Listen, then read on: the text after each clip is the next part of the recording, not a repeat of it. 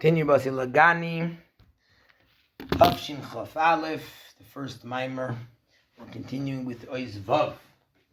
We're continuing to explain the difference of the two types of Nitzachim. There's Nitzachim which is still limited. That's like a spiritual level of revelation, where you're doing things, you're accomplishing things, where you get the power from above to be able to reveal in a world of opposition and to win over it, to elevate the sparks of godliness that are inside it. That's like the war which is in order to win spoils. It's not something which is above understanding. Then there's the war which is above understanding, which that's the power of Netzach.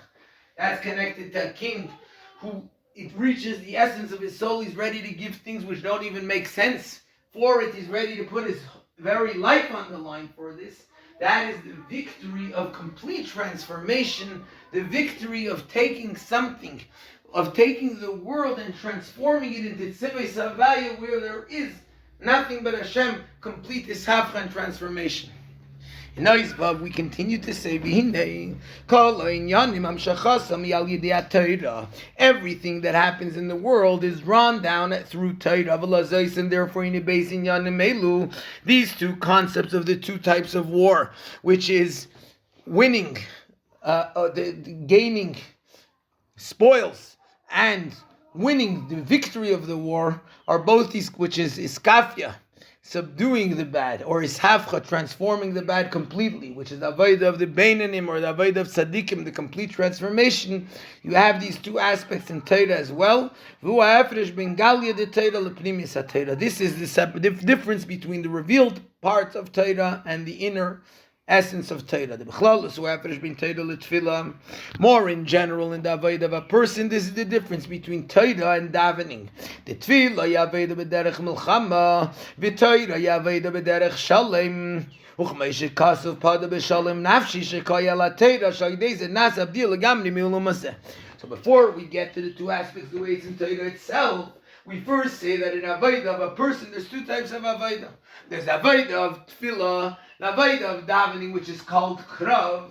It's a war. During davening, the person is fighting. The animal soul is being fought against by the godly soul, where the godly soul is contemplating the greatness of Hashem in order to subdue the animal soul. That's the avodah where it's in a way of war. That's why tefillah, shas loisa, is shas krava. The time of davening is a time of war. It's a war between the two souls. Whereas Torah is a peaceful type of peaceful type of redemption, where the soul is being redeemed. So we're revealing godliness from above. We're revealing the truth of godliness that comes from study of Torah. However, although that's in general, more specifically on the Torah atzma, in Torah itself, this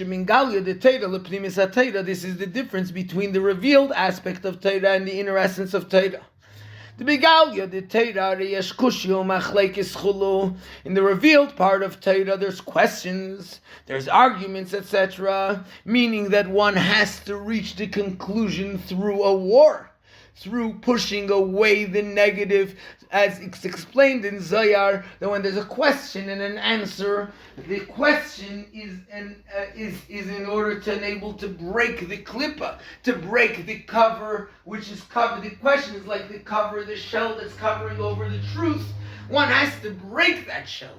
That's the idea of war. That's in the revealed part of Torah. Whereas in the inner essence of Torah, over there's no questions and there's no arguments. As is brought in Ayam Hemna, which is part of the Zohar, that in Pnimius HaTorah there's no questions, there's no arguments. It's the essence of truth on its own. That's true redemption in a way of peace. What that refers to Pnimius HaTorah.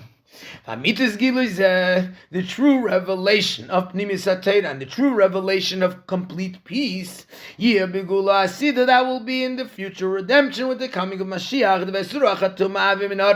The spirit of impurity will be removed by Hashem from this earth.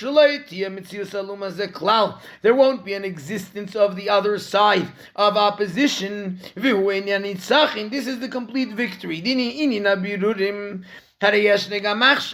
idea of refining the sparks of godliness from the negativity that also exists presently. Every day we're refining up more sparks.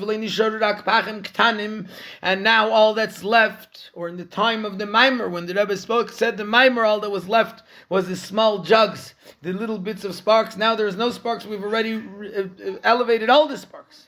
That's not the ultimate purpose, the redemption of sparks. The purpose is to reach the novelty that will come into the world in the future redemption. That's the complete victory. That the existence of the opposite side will become completely nullified. That's also the idea of the inner Torah, which it says that while Moshe Rabbeinu taught the revealed part of Torah, throughout Galus we study mostly the revealed part of Torah. With the coming of Mashiach will reveal the secrets of the Torah, and as we explained earlier, and as we said, that the idea of victory is connected to the inner essence of the Torah. So that's the general idea. So we say that there's Torah and Tefillah, and even more than that, in Torah itself there's the revealed part of Torah, which is not the ultimate victory. The ultimate victory is the secrets of the Torah, which that's going to be revealed specifically in the time of Mashiach. However, the Rebbe says that liyes, being shekala giluyim, the lasit, all of the revelations of the time of Mashiach, the future tluyim, they're all dependent in our actions and our avodah, our work that we do presently in the time of Galus. Therefore, we already have the beginning of the revelation, the way it will be in the time of Mashiach, and the way it will come through Melech HaMashiach, that already now we begin to have this revelation through the secrets of the Torah. As it's known,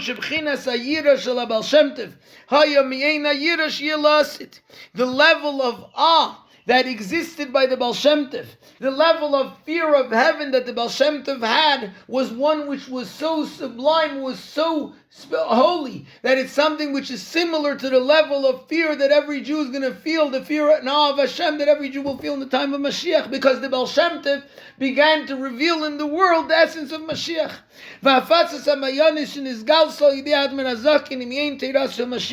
The spreading the well springs of the Baal Shem Tov, the way it was revealed through the Alter Rebbe, is similar to the Torah of Mashiach.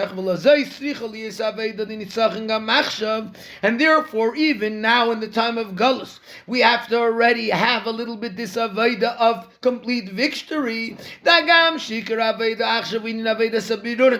the fact that nowadays the main avodah is the avodah of birurim, of refining the sparks, which is not the full victory. The victory will be only in the time of Mashiach. Nevertheless,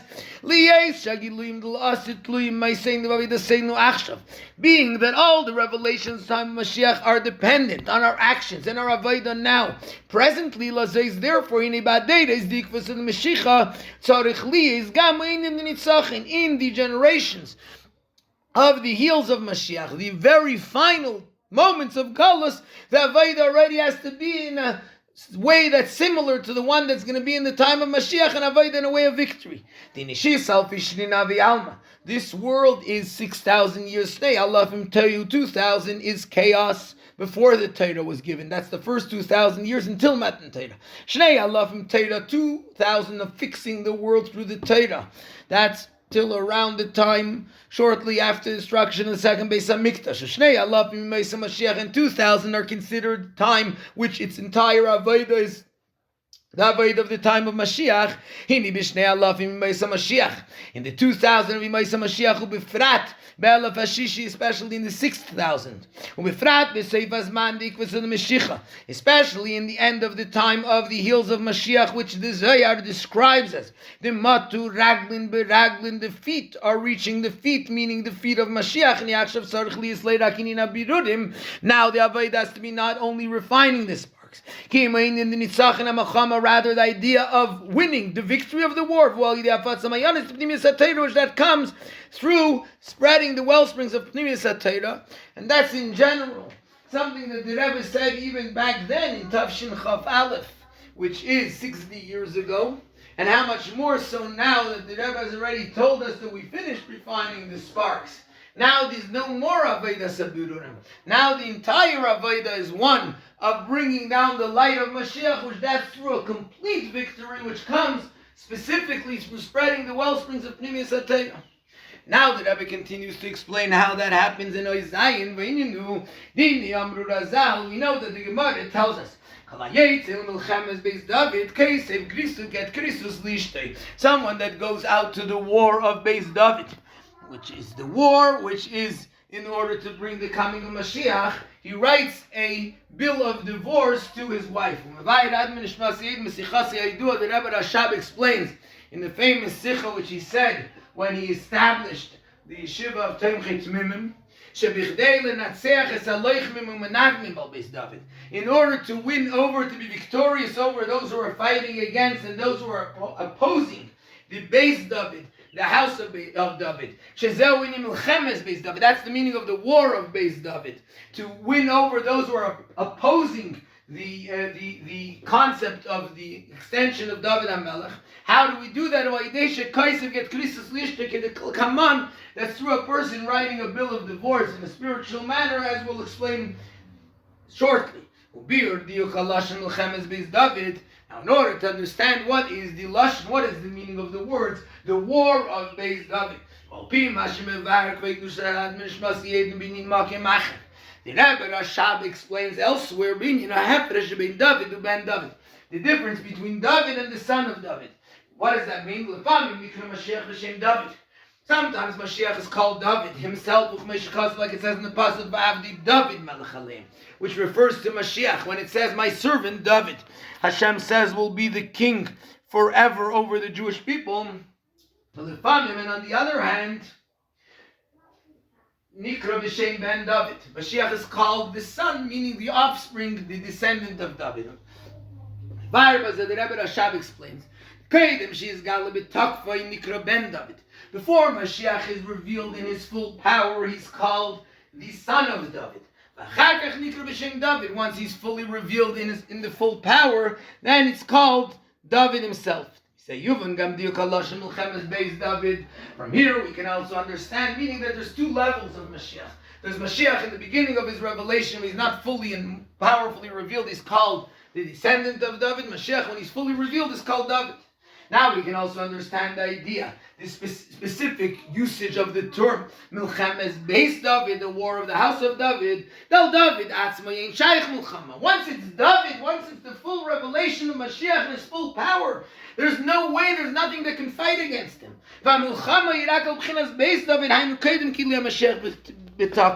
Milchama, the war, is against the Beis David, the house of David, which means before Mashiach is revealed in his full power, then there's a war. What is the war? It says in the Gemara, you'll see one generation after the other that are mocking. And the Rebbe Rashab explains in the above mentioned Sikha that was said at the time of the establishment of Beis David,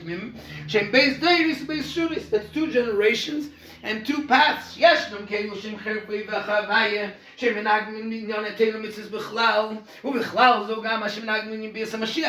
are those who their mocking and their opposition is against Torah and mitzvahs in general, all aspects of Torah and mitzvahs, which obviously includes also the coming of Mashiach. But then there's a second generation. There's those who they mock the footsteps of Mashiach, meaning the heels of Mashiach, meaning. This second generation, they're not those who are the enemies of Hashem in a revealed way, because they do learn Torah. They do mitzvahs. They do it properly. They learn Torah, do mitzvahs. They're very, very ultra religious. But when they do it with a coldness. And therefore, between coldness and heresy, there's a very thin wall. And they bring in a coldness in everything that has to do with Torah and mitzvahs, and especially in the belief in the coming Mashiach. How does one win over this war of specifically the second generation of those who fight against, who bring a coldness into the idea of the coming of Mashiach and the belief in the coming of Mashiach? For this one has to write get Christus. One has to write a bill of divorce to all the concepts of the way that a person goes in the material world, and even of the physical world. Though there's things that are allowed according to the Torah. The Gemara says, one writes a bill of divorce to his wife, which means that means his wife that was married to him based on the Torah, with the laws of the Torah according to the laws of Moshe and Yisrael. Nevertheless, when it comes to the war of Beis David, one takes away all the calculations. One has to give up everything that he owns, like we explained earlier, that the victory of the war is for the squandering, specifically the squandering of the treasures. As long as the person doesn't squander all of his treasures. He still makes calculations. This is allowed according to the Torah, and therefore there's no need to give it up. Or he makes a calculation. This mitzvah is not so important. There's no need to fight for it. Even though they make sense intellectually, these are calculations. Possibly even in the seichel of Kedusha. This isn't the ultimate avoid of David, and this isn't the way that one can win over the war and reveal the level and the aspect of David, as we will explain how one actually does this.